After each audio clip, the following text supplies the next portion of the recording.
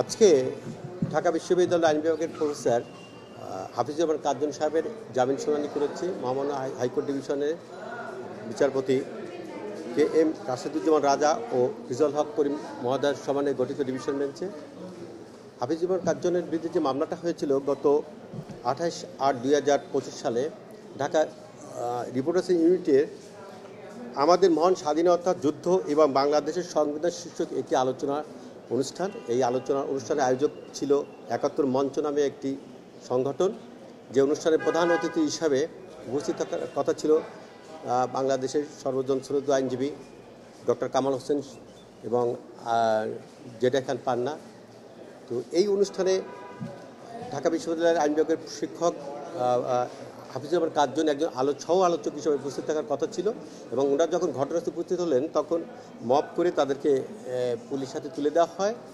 পরবর্তী তাদের বিরুদ্ধে সন্ত্রাস বিরোধী আইন 2009-এর 6-2 এবং 12 ধারায় একটি মামলা হয়। আমি আদালতকে বলেছি যে section itself does not disclose any offence against the accused petitioner, কারণ এই যে ঘটনায় তাদের দিনের আলোতে ঢাকা রিপোর্টার্স ইউনিটিতে এই মঞ্চ ৭১ বৈধভাবে অনুমতি নিয়ে এই আলোচনার সভাটির আয়োজন করেছিল। মা, পিম্পল 5 দিনেই চলে যাবে। যাবে না মা। যাবে নিমের 5 অংশের পাওয়ারে 5 দিনেই দূর হবে পিম্পল। হিমালয়া পিউরিফাইং নিম ফেস ওয়াশ।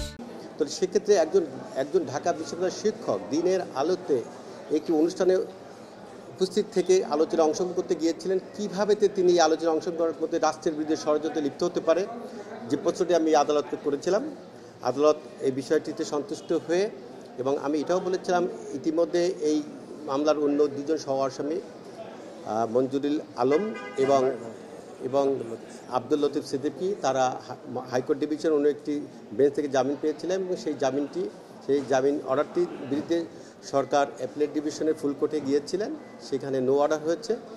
তো যেহেতু সুপ্রিম কোর্টের আপিল বিভাগ হাইকোর্ট ডিভিশনের অর্ডারটি কনফার্ম করেছেন, সেই কারণে আমি বলেছি যে আপনারা আমার মক্কেলের জামিনটা বিবেচনা করতে পারেন। সেই বিবেচনায় নিয়ে আদালত আজকে তাকে রুল সহ 6 মাসের জামিন দিয়েছে। আমি এখনও পর্যন্ত আর দেখছি, যেহেতু তার নামে আমি যতদূর জেনেছি এই একটি মাত্র মামলা হয়েছে, আর যেহেতু এই মামলাতে তো জামিন হয়েছে, সুতরাং যদি সরকার যদি আর কোনো মামলা না দেয় তাহলে তার জামিনের মুক্তিতে কোনো বাধা নেই। আমরা অ্যাপিলেট ডিভিশনে অলরেডি ক্যাভিয়েট ফাইল করেছি, যদি গভর্নমেন্ট অ্যাপিলেট ডিভিশনে যায় আমরা সেখানেও আমাদের আইনি লড়াই করব।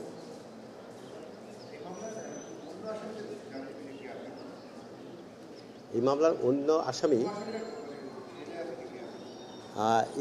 আমরা জেনেছি এফআইআরে 16 জন আসামি এফআইআর করেছে 16 জন আসামির বিরুদ্ধে। তো তার মধ্যে আব্দুল লতিফ সিদ্দিকী এবং মঞ্জুরুল আলম পান্না সহ আরও 2 জন আসামি ইতিমধ্যে জামিনে মুক্ত হয়েছে।